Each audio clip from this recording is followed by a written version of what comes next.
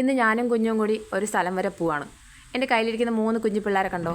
ഈ 3 പേരെയും സേഫായിട്ടൊരു സ്ഥലത്ത് ഏൽപ്പിക്കാനായിട്ട്. ഇവർ ഞങ്ങൾ റോഡിൻ്റെ സൈഡിൽ നിന്നാണ് കിട്ടിയപ്പം ഇവർ കണ്ണൊന്നും തുറന്നിട്ടില്ലായിരുന്നു.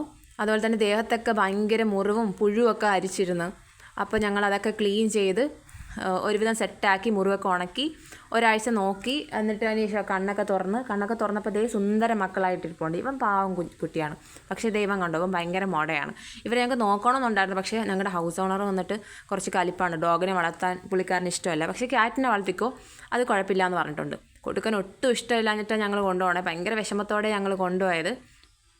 പക്ഷേ എന്നാലും സേഫായിട്ടൊരു സ്ഥലത്ത് ഏൽപ്പിക്കുന്നു എന്നുള്ളൊരു സമാധാനം ഉണ്ടായിരുന്നു. അതുപോലെ ഈ കിടക്കുന്ന സാധനങ്ങളെ കണ്ടോ? ഇവർ 3 ആളും വീട്ടിൽ ഒരാളെ പോലും അടുപ്പിക്കില്ല. ഒരു കാക്കയ്ക്ക് പോലും വീട്ടിൽ വരാൻ പറ്റത്തില്ല. പിന്നെ ഇവളും അതുപോലെ തന്നെ ആര് വന്നാലും ഓട്ടിക്കും.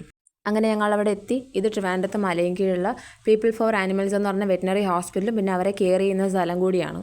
ഇവർ കൊടുക്കാൻ ഞങ്ങൾക്ക് ഒട്ടും ഇഷ്ടമല്ലായിരുന്നു. വിഷമത്തോടെ ഞങ്ങളവിടെ പോയത്. പക്ഷേ അവിടെ ചെന്നപ്പോൾ ഞങ്ങൾക്ക് ഭയങ്കര സന്തോഷമായി. കാരണം ഇവിടെ ഇഷ്ടം പോലെ കുഞ്ഞു പിള്ളേരുണ്ട്.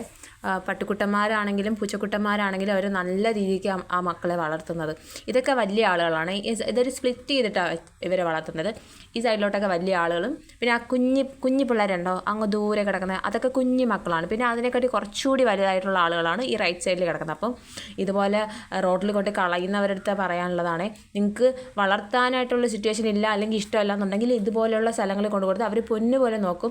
അതുപോലെ തന്നെ നിങ്ങൾക്ക് എന്തെങ്കിലുമൊക്കെ സഹായം ചെയ്യണമെന്നുണ്ടെങ്കിൽ ഇവർക്ക് ഫുഡോ ക്യാറ്റ് ഫുഡോ അല്ലെങ്കിൽ എന്തെങ്കിലും രീതിയിൽ ഇവരൊന്ന് സഹായിച്ചാൽ അതും ബെറ്റർ ആയിരിക്കും. കാരണം ഇത്രയും പിള്ളേരെ നോക്കുക എന്നുള്ളത് തന്നെ ഭയങ്കര ഒരു റിസ്ക് ആയിട്ടുള്ള കാര്യമാണ്. ഞങ്ങൾ 3 ആളെ അവിടെ ഏൽപ്പിച്ചു. ഞങ്ങൾക്ക് സ്വന്തമായിട്ടൊരു വീടുണ്ടാകുമ്പോൾ ഞങ്ങൾ എന്തായിരുന്നാലും റോഡിൽ നിന്ന് ഒരാളെ എടുത്ത് വളർത്തുന്നതായിരിക്കും.